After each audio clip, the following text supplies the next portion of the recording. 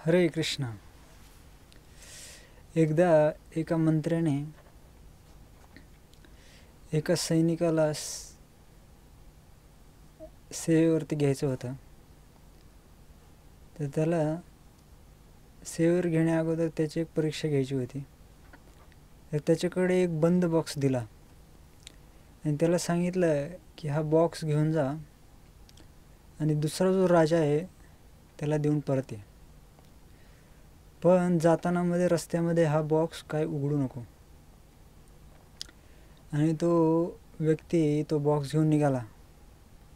पण त्याच्या मनामध्ये नेमकी उत्सुकता लागली की या बॉक्समध्ये काय आहे. तर त्याने अर्ध्या रस्त्यावर गेल्यानंतर ते बघायचं ठरवलं आणि त्याने तो बॉक्स उघडला आणि आत पाहतो तो एक मोठा साप होता. आणि तो बॉक्समधून साप बाहेर आला आणि तो पळून गेला. आता तो व्यक्ती परत त्या राजाकडे पण गेला नाही आणि परत पण येऊ शकत नाही, कारण त्याला समजलं की आपण अप्रामाणिक आहोत.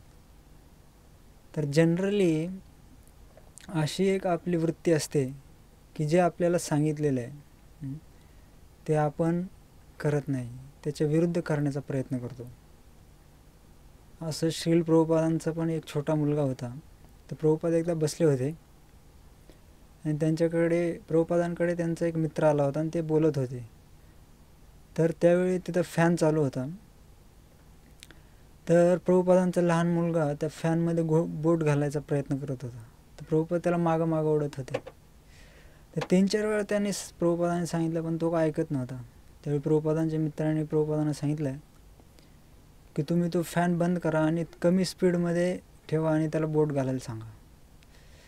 तर तो कमी स्पीडमध्ये आल्यानंतर प्रभुपादांनी सांगितलं आता बोट घाल.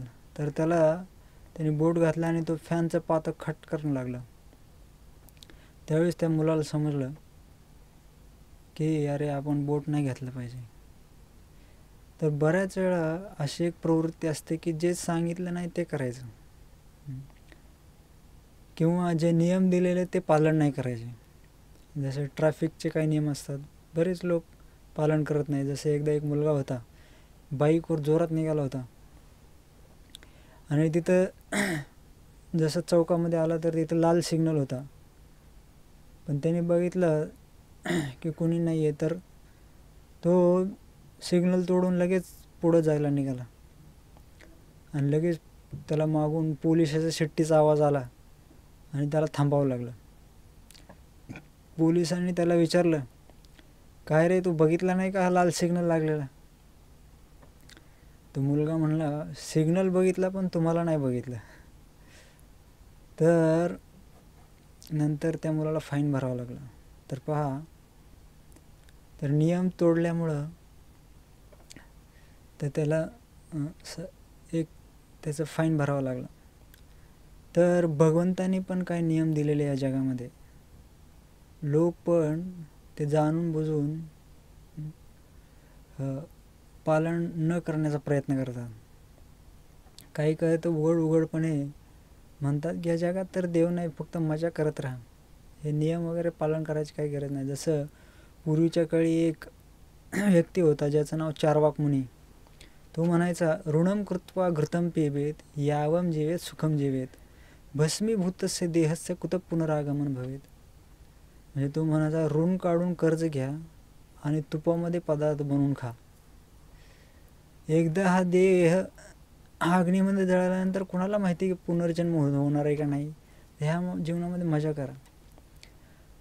तर लोक भगवंतांचे नियम पालन करायला नको म्हणतात, कारण त्यांना फक्त जीवनामध्ये मजाच करायची असते. पण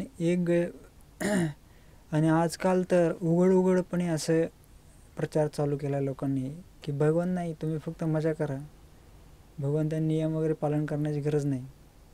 जसं टी व्हीमध्ये एक ॲडव्हर्टाईज येते, जे ॲडव्हर्टाईज कॉन्ट्रासेप्टिव्हची आहे. तर त्याच्यामध्ये ते दाखवतात की एक असं एक पातळ व्यक्ती असा हळूहळू इकडं तिकडं बघत भीत मेडिकलच्या दुकानामध्ये जातो आणि त्या व्यक्तीला म्हणतो की मला 2 हुड्स द्या. तर हुड्स एक कॉन्ट्रासेप्टिव्हचं कंपनीचं नाव आहे. तर तो घेतो आणि परत भीत निघून जातो.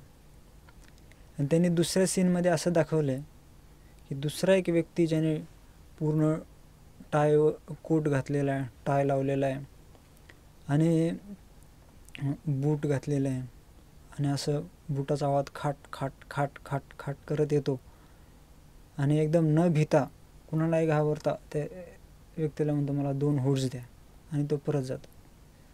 तर ह्या जाहिरातीतून ते काय दाखवतात की तुम्ही हे जे नियम आहेत हे तोडण्यासाठी कशाला घाबरता, बिनधास्तपणे हे नियम तोडून टाका. तर पण त्यांना माहिती नाही की भगवंतांचे नियम आपण तोडत नाही तर आपण स्वतःला तोडून घेत असतो. जसं एकदा एक जहाज होतं की जे समुद्रामध्ये निघालं होतं आणि रात्र झाली. तर त्यावेळी त्या जहाजाच्या कॅप्टनने बघितलं की समोरून एक दुसरं जहाज येत आहे. तर त्याने इकडून याला सिग्नल सोडला त्या जहाजाला की तुम्ही 20 डिग्रीमध्ये वळण घ्या. तर त्या सिग्नलसाठी तिकडून त्याला रिप्लाय आला, प्रत्युत्तर आलं की मी 20 डिग्री टर्न घेऊ शकत नाही, वळण घेऊ शकत नाही, तुम्हीच 20 डिग्री वळण घ्या.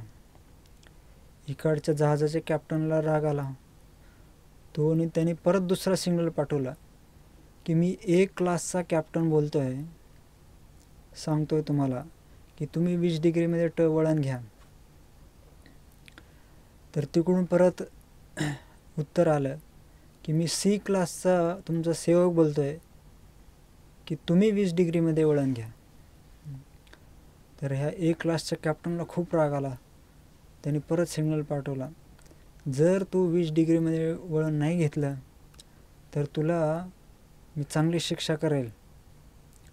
आणि तिकडून उत्तर आलं की मला क्षमा करा, मी 20 डिग्रीमध्ये वळण घेऊ शकत नाही, कारण मी जहाज नाही तर मी कोण आहे, मी लाईट हाऊस आहे, म्हणजे दीपस्तंभ आहे.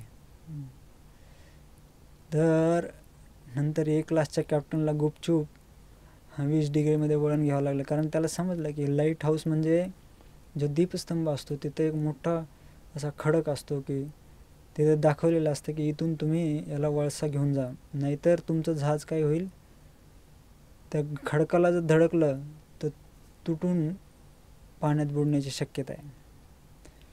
तर भगवंतांचे जे नियम आहेत ते त्या दीपस्तंभाप्रमाणे आहे की जे कधीही कोणी हलवू शकत नाही. पण जो कोणी त्यांना तोडण्याचा प्रयत्न करतो तो खडकाला तोडू शकत नाही, तर तो स्वतःलाच तोडून घेतो. आणि जसं जर जहाजाने जर मान्य नाही केलं तर तो खडकाला जाऊन स्वतःचं नुकसान करून गेला आणि पाण्यात बुडून जाईल. तर त्याचप्रमाणे भगवंतांचे नियम हे खडकासारखे आहेत, तर ते आपण कधीही तोडू शकत नाही. त्याचा परिणाम आपल्यालाच भोगावा लागतो. जसं ऑस्ट्रेलियामधली एक खरी घटना आहे की एकदा एक युवक, एक तरुण व्यक्ती असा बीचवरती फिरायला गेला होता आणि गेल्यानंतर तो इकडे तिकडे फिरताना त्याला तिथं 2 मुली दिसल्या. मग तो मुलगा त्यांच्याकडे बघितलं, त्यांनी याच्याकडे बघितलं आणि त्या मुलीनंतर त्या मुलाला घेऊन एका हॉटेलवरती गेल्या मजा करण्यासाठी. आणि नंतर तो मुलगा त्या एका रूममध्ये गेल्यानंतर त्याला कसं समजलं नाही की त्याला झोप कधी लागली. पण तो झोपेतून ज्यावेळी जागा झाला तर तो बेडवरती नव्हता, बेडच्या ऐवजी तो एका पाण्याच्या टबमध्ये होता. आणि त्याला समजलं नाही की बेडवरून तो पाण्याच्या टबमध्ये कधी आलो. तर तो उठणारच होता, तर तेवढ्यामध्ये त्याने समोरच्या भिंतीवर एक असा कागद बघितला आणि त्याच्यावरती काहीतरी लिहिलेलं होतं. तर त्याच्यावर लिहिलेलं होतं की तू उठण्याचा अजिबात प्रयत्न करू नकोस, कारण तुझ्या दोन्ही किडन्या आम्ही चोरून नेलेल्या आहेत आणि तुला आम्ही सध्या एका अशा सोल्युशनमध्ये ठेवलेलं आहे की ज्याद्वारे तू काही तास जगू शकशील. आणि त्याने बघितलं तर त्याच्या दोन्ही किडन्या गायब झालेल्या, आणि त्या सोल्युशनमधून जर बाहेर आला तर लगेच मरणार. आणि त्याचा बाथरूमचा दरवाजा उघडा होता आणि बाहेर फोन दिसत होता, पण तो उठून जाऊन फोन करू शकत नव्हता. आणि मग तो ओरडायला लागला, पण तिथं कोण ऐकायला येणार. तर अशा प्रकारे त्यांनी थोड्या काळाची जी मजा होती त्याच्यासाठी स्वतःच्या दोन्ही किडन्या गमावून बसला. तर पहा, आपण भगवंतांचे नियम तोडण्याचा प्रयत्न करतो, पण प्रत्यक्षपणे लगेच आपण पाहू शकतो की कशा प्रकारे आपल्याला रिॲक्शन मिळू शकते. दुसरं, पुण्यामध्ये एक हॉटेल आहे. तिथे एक व्यक्ती कुकिंग करणारा एक व्यक्ती तिथं काम करत होता. तर तो बाकीचे जे मुलं होतं त्यांच्याबरोबर कधी राहायचा नाही, त्यांच्याबरोबर जास्त बोलायचं नाही आणि बाहेर कुठं तरी निघून जायचं. तर काही काळानंतर असं समजलं की त्या व्यक्तीला एड्स झालेला आहे. तर तो एवढा दुःखी झाला, कारण एड्सवरती औषध नाही आहे. तर अशा प्रकारे लोक स्वतः मजा करण्याचा प्रयत्न करतात, परंतु त्या मजेद्वारे आपलं स्वतःचं नुकसान करून घेतात. आणि या आजकालच्या दुनियेमध्ये ज्या वेगवेगळ्या प्रकारच्या जाहिराती त्यांना पाहून ते भुलतात आणि जे भगवंतांनी जे सांगितले आहे त्यांच्या नियमांचं पालन करत नाही. जसं प्रभुपाद म्हणायचे की सिगरेट ओढण्याची जाहिरात दाखवतात आणि त्याच्यामध्ये लिहितात की बी कूल, सिगरेट ओढा आणि आतमधून थंड व्हा. प्रभुपाद म्हणायचे, हे अग्नी तुम्ही पोटामध्ये घेताय, अग्नी आतमध्ये घेऊन तुम्ही कसं काय कूल होणार, कसं काय थंड होणार. पण आजकाल हा सर्व जाहिरातींच्या द्वारे हा चुकीचा प्रचार आणि प्रसार चाललेला आहे माध्यमांद्वारे, वेगवेगळ्या माध्यमांद्वारे. तर ह्याच्यापासून आपण सावध राहा आणि त्याच्याऐवजी भगवंतांचे नियम तोडण्याचा प्रयत्न करण्याच्या ऐवजी भगवंतांचे नियम पालन करण्याचा प्रयत्न करा. कारण भगवंतांचे नियम आपण कधीही तोडू शकत नाही, तर त्याऐवजी आपण स्वतःलाच तोडून घेत आहोत. हरे कृष्णा.